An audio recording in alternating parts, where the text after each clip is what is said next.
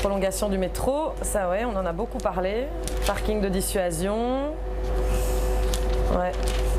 Viaduc, évidemment. Autant de grands dossiers qu'on a eu le temps d'aborder cette année avec ce triple scrutin. Il faut savoir qu'à l'heure où on enregistre cette émission, les gouvernements ne sont absolument pas encore formés. Donc on est en pleine négociation. Nous, évidemment, dans le tram, on s'intéresse à la mobilité. Mais du coup, d'après vous, quelles sont les priorités en termes de mobilité ? Privilégier les vélos, en tout cas. Pour faire une infrastructure pour les vélos. Mais pas les trottinettes, plus les vélos. Grande priorité, là, pour le moment, c'est au niveau des parkings. Parce que si vous avez une voiture pour vous garer, c'est impossible. Donc voilà, on fait beaucoup on essaie de faire beaucoup aussi pour les cyclistes. Mais bon, il faut aussi tout. Bon, c'est beaucoup de paroles, on vous promet beaucoup de choses. Moi, je sais pas, je fais du vélo depuis 30 ans à Bruxelles. Donc pour moi, ça évolue bien, donc je suis content. Je pense qu'il faut privilégier les transports en commun. Les vélos, c'est une bonne idée, les trottinettes aussi, même si c'est un peu aussi le bazar. Mais je pense que c'est un bon moyen de désengorger Bruxelles et d'éviter les voitures et les embouteillages.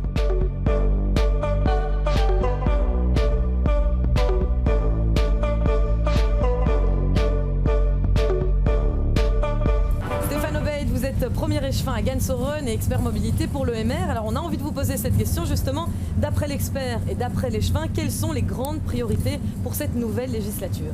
La première priorité de cette législature, c'est de répondre aux flux entrants en région bruxelloise, donc cette quantité de nafteurs qui quotidiennement entrent en région bruxelloise pour effectivement pourvoir aux emplois, pour contribuer à l'activité économique. On estime entre 160 000 et 200 000 en fonction des sources statistiques. Le 200 nombre 000 automobiles qui entrent dans Bruxelles. chaque jour, vous le constatez le dimanche par exemple, ou durant les vacances scolaires, qu'il y a effectivement, je dirais, une charge de trafic nettement moindre que durant un jour ouvrable. Oui. Et donc, vous dites qu'il faut s'attaquer à ce flux, mais on s'attaque comment à un flux ? Il faut créer des alternatives, effectivement. Quelqu'un qui vient du Brabant flamand aujourd'hui ou du Brabant wallon n'a pas effectivement une alternative crédible aux portes de Bruxelles. Et donc, il faut d'une part que la région bruxelloise puisse mettre sur la table des alternatives crédibles pour ces flux entrants, et d'autre part que les deux autres régions fassent leur part du boulot aussi. Faire sa part du boulot, ça veut dire quoi ? Que les Bruxellois le font, mais que c'est ceux qui entrent dans Bruxelles qui pour l'instant ne le font pas trop, ils gardent quand même cette habitude de la voiture ? Effectivement, on constate dans les chiffres que la part modale liée à la voiture individuelle aujourd'hui en région bruxelloise a fortement diminué ces 10 dernières années, alors qu'en région flamande par exemple ou en région wallonne, la part modale liée à l'utilisation d'un véhicule particulier n'a pas fortement diminué. Et donc je dirais que les Bruxellois ont fait leur boulot et il faut maintenant que les nafteurs fassent le leur. Et alors vous parlez aussi beaucoup dans les interviews et on sent que c'est un projet qui vous tient à cœur, c'est le métro, la prolongation du métro Simonis notamment. Un mot là-dessus, c'est un projet qu'il faut maintenir, qu'il faut continuer, qui risque peut-être de ne pas aboutir si la nouvelle législature refuse de garder ce projet-là ? Le métro de Simonis vers Grand Bigard, on en parle dans les plans, en tout cas c'est inscrit dans les plans depuis les années 70. Et donc il faut effectivement concrétiser cela assez rapidement. Pourquoi ? Parce que dans le nord de Bruxelles, il y a un tiers des flux qui passent par cette partie-là de la région, et donc il faut pouvoir effectivement apporter une réponse très concrète et efficace, et je pense que le métro est cette réponse-là. Alors maintenant j'ai envie de parler à l'échevin, parce que c'est très intéressant aussi de voir le lien qu'il y a entre les communes et la région. En tant qu'échevin, donc plutôt d'un niveau communal, qu'est-ce qu'on peut attendre d'un nouveau gouvernement ? Qu'est-ce qu'on peut attendre d'un ministre régional de la mobilité ? Qu'il y ait effectivement une concertation sur les projets. Qui dit concertation, dit pas d'office de reculer quand on prend une décision au niveau du gouvernement. Je pense que quand on est amené à prendre ses responsabilités sur le plan politique, il faut assumer aussi les décisions qu'on prend en début de législature. Et c'est important de prendre des décisions vraiment en choc en début de législature, ou ça fout un peu les boules ? Je pense, parce que vu le délai et le temps politique, le temps administratif et maintenant le temps de la participation et de la consultation citoyenne, qui est une nouvelle donnée, effectivement il faut prendre les gros dossiers à bras-le-corps à l'entame d'une législature. Sinon, il n'y a pas grand-chose qui se passe in fine. Mais là, tout ce que vous venez de dire, on parle du métro, on parle du flux qu'il faut gérer, on parle de la concertation, c'est des choses que, et même en voyant ça de l'extérieur, que Pascal Smet avait en tout cas intégré dans son programme, essayé d'intégrer peut-être. Qu'est-ce que vous pensez du travail fait par Pascal Smet, par son cabinet, par le gouvernement d'un point de vue mobilité ? je dirais que les objectifs que poursuit Pascal Smet sont louables. Dire le contraire serait faux parce qu'il a une vision, qu'on aime ou qu'on n'aime pas, mais il a une vision en matière de mobilité. Je pense que sur le plan de la méthodologie, il y a un certain nombre de choses à revoir. Je pense qu'à certains moments, pour certains dossiers, il a pris peut-être des décisions un peu trop rapides, sans consulter les acteurs en présence. Et alors, rapidement, qu'est-ce qu'on demanderait alors au nouveau ministre de la Mobilité? Qu'est-ce qu'il devrait absolument avoir un ministre de la Mobilité à Bruxelles? Ça doit être quelqu'un qui est 115% investi dans ce qu'il fait.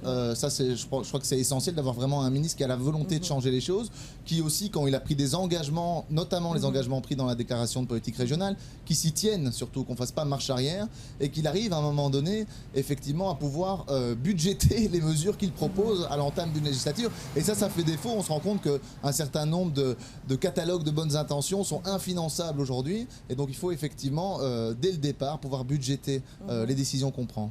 Alors ici, il nous reste une petite minute. On a quand même envie de dire quel est le bon à tirer de la précédente législature d'un point de vue de mobilité et quel est le mauvais, mais vraiment 2 projets, un flop, un top, quoi. Je dirais, je vais commencer, c'est un exercice difficile, hein, mais je vais commencer. Il remet ses lunettes, voilà, exercice difficile. Pour y voir un peu plus clair.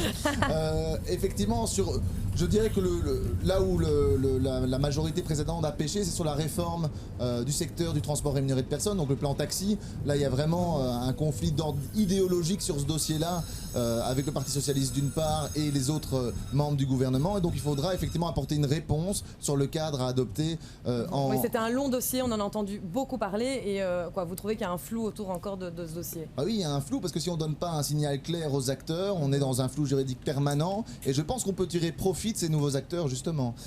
Et donc, il faut vraiment aller de l'avant dans ce dossier. Okay, on a écoulé le temps, mais quand même juste un top.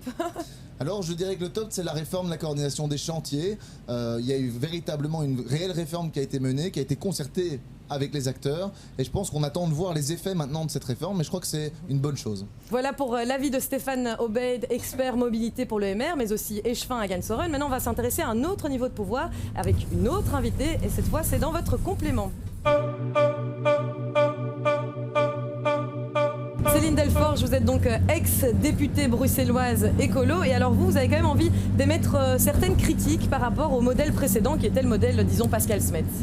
Oui, c'est ça. Si on peut tomber d'accord avec Pascal Smet sur ce qui est dans l'air du temps partout, hein. C'est pas spécifique à Bruxelles, à savoir que les villes ne peuvent plus crouler sous l'emprise automobile. Moi, j'ai un problème avec sa vision, qui est une vision extrêmement élitiste et privatisante, j'ai envie de dire, de la mobilité, où finalement, on joue beaucoup sur les gadgets, les nouvelles technologies, sur la multimodalité et sur une mobilité qui est un peu taillée sur mesure pour la personne en bonne santé, qui habite dans un quartier central ou bien desservi, qui a des moyens financiers, qui a des ressources socio-économiques. Là, pour que ce soit bien clair, en fait, vous parlez de tous ces acteurs qui débarquent à Bruxelles, que ce soit les trottinettes électriques, les vélos électriques, les taxis qui ne sont pas des taxis, j'allais dire. C'est l'idée que chaque citoyen est obligé d'utiliser un peu de tout et d'être en capacité d'utiliser tout. Donc il faut une carte de crédit, il faut les moyens, il ne faut surtout pas être encombré avec des courses, avec des enfants, il faut avoir malgré tout... Et pourquoi il faut en fait parce que les métros existent toujours, les trams existent toujours. C'est ça, mais alors il y a 2 solutions, parce qu'on voit bien que la voiture en perte de vitesse de toute façon, c'est soit on fait un maillage qui est vraiment très fin de la région avec beaucoup de transports de surface efficaces, qui a immunisé du trafic, où on règle réellement les feux rouges pour qu'il y ait priorité au transport public, etc. C'est des mesures simples, pas très coûteuses, qu'on peut faire maintenant, qu'on peut mettre en œuvre rapidement. On peut aussi améliorer les dessertes, les fréquences. Enfin, aujourd'hui, il n'est pas rare le dimanche de devoir attendre 20 minutes après un véhicule et puis d'avoir 2 correspondances, et donc ça rend les déplacements extrêmement compliqués.